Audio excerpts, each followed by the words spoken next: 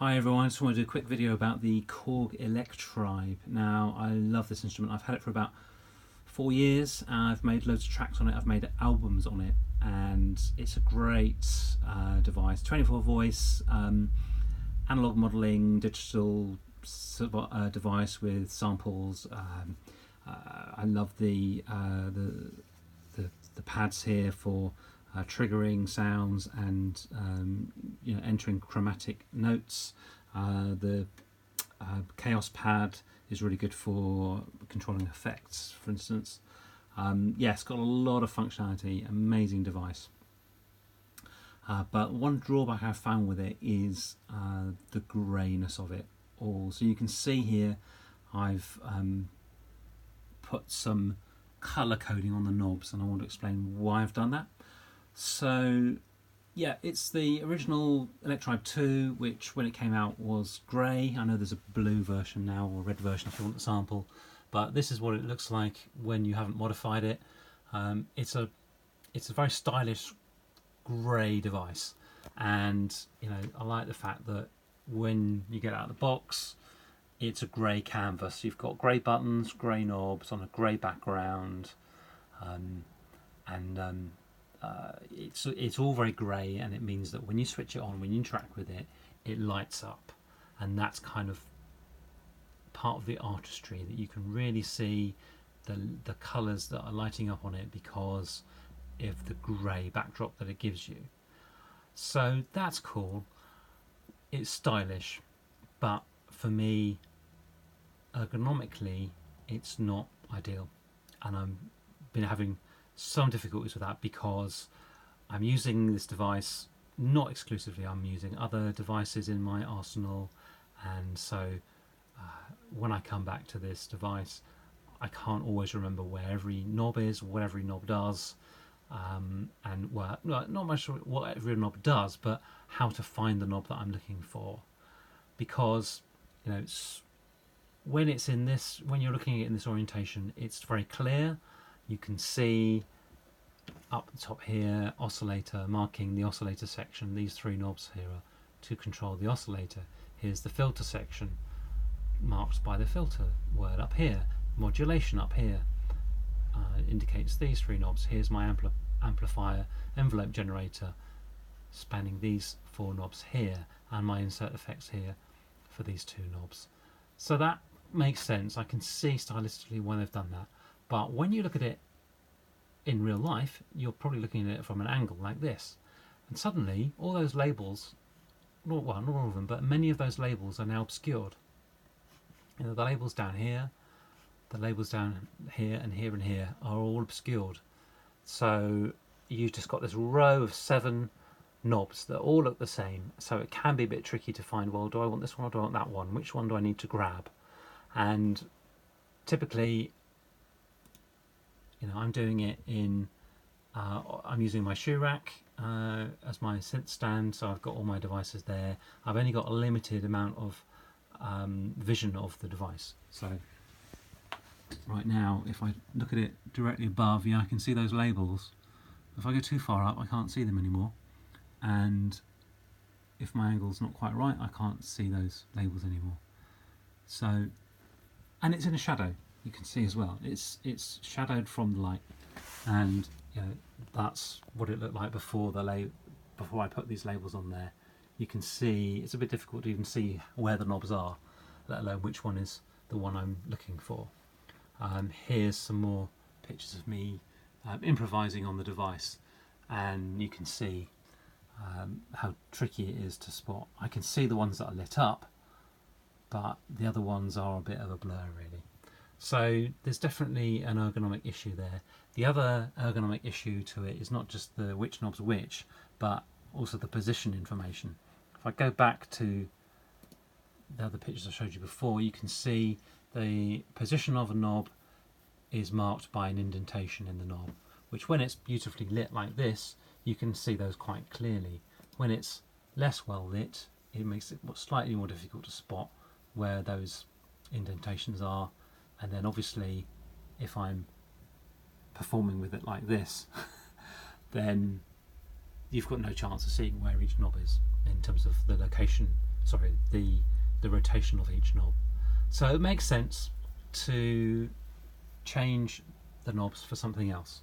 So if I look, for instance, if I contrast with my Arturia Mini Brute, there you can see while the knobs are all black, they've got very clear white indicators, so you can see what location they are in, and that's really easy to see that at a glance. It's high contrast, and you can also see on the Arturia they've created these black background to show these are all the knobs related to the LFO and buttons related to the LFO. Here's all the knobs and buttons related to the arpeggiator. Here's everything for the filter. You can see the groupings because of the black background as well, that draws an outline around each group. You just don't have that with the Electribe as standard. So what I've done is I've just gone down to my local stationery store and bought some standard self-adhesive paper stickers, colourful ones, and they've worked really well to put those on the Electribe. I've used a crude biro pen to just colour in that indentation so that now I can see clearly the rotation of each of those knobs. And what I've done is I've just created groupings. So my filter group, these orange ones together, it's clear now at a glance that there's that group there together. Those three knobs belong to each other, and it's easy for me to remember, okay, there's my triangle, the big knob is going to be the filter at the top, and then the other two to affect the filter. So I can remember that that's the filter section, and then I know that, okay, on the left of there I've got my oscillator, on the right I've got my modulation, so I can have my LFOs, etc. In the modulation knobs here. Obviously we've got the data knob over here, so that's a separate colour again. And what I've done differently to some people is I've used two different colours for here for the amplifier section. So this is the volume level and the pan for each instrument, and then here's the attack and the decay and release for the envelope. So to me the envelope is very different from the level and the pan, so that's why I wanted to use a different colour for those two. And of course level is also over here, isn't it? You've got the master level and the input level there as well, so it makes sense for me to use the same colour for the levels over there, and my insert effects over there. So that's the arrangement that I've gone for as an experiment, and I found it very effective. I really am able to put my hand on the right control much more quickly and much more effortlessly now that I've got these colour-coded knobs. Obviously crudely done just with paper stickers. Quick solution, a cheap solution, and it's working well for me so far. But it's obviously not going to be the most durable solution. The colours are going to fade and wear off, etc. The stickers may even lose their adhesion over time. Maybe in the heat of action, sweaty fingers. You get the picture. So the next step will be, now that I've learned and experimented and found out that this is what works for me, the next step is going to be to upgrade to some proper knobs and a proper permanent solution. So let me just go back to my screen here and show you my thinking. So I was inspired by Woody's Piano Shack, where I saw he had modified his Electribe a few years ago now. What was that? 2016. He did this video. So he's created those groupings. He's got the filter group there, the oscillator group here, the modulation group there, the insert effects here, and the amplifier envelope generator here, the data knob there. So he went for a third colour, and he decided to use that third colour up here for these two knobs, which is obviously that's what he's decided to do. But he's decided to keep these for the same colour. So yeah, that's an approach. That's what approach he's gone for, and it looks good. It looks good to have two colours. I like the two colour approach. Someone else I saw did a two-color approach here. Sorry, the picture's a bit blurry, but yeah, this person did the two-color approach, and it's great. You can see, you can see each group very distinctly, and by minimizing and just having two colors, then you're still remaining quite stylish, I think. Whereas opposed to this person here, who had a blue Electribe, which already has different coloured knobs, i.e. these three knobs are blue and then the rest are all grey.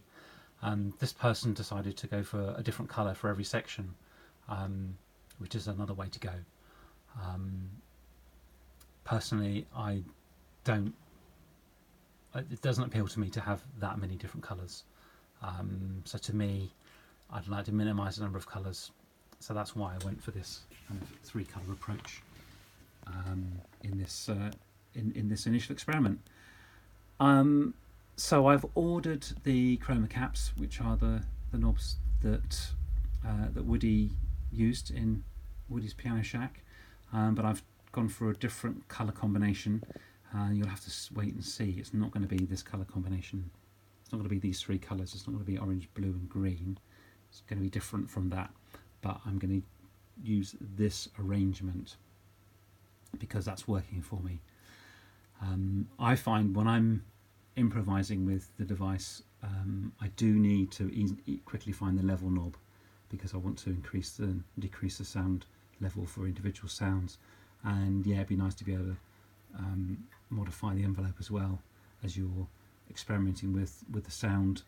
Maybe the filter controls, doing a bit of acid knob tweaking, then when I better find the filter knob quickly and the rates and the envelope, I can much more quickly find the knobs immediately now with this visual indication. So this is what I'm going to go with. So I'll follow up with another video when I've got those caps installed, and then you can see the difference. But in the meantime, I'd love to hear if anybody else out there has got an Electribe and would consider doing this mod to their device, or that maybe they've already done it. And anyone else with any other devices where they've used different coloured knobs. Yeah, it'd be really good to see what people are doing. And so please comment below this video with your thoughts and your own experiments and the results that you've had from it. But yeah, thanks very much for watching. See you later.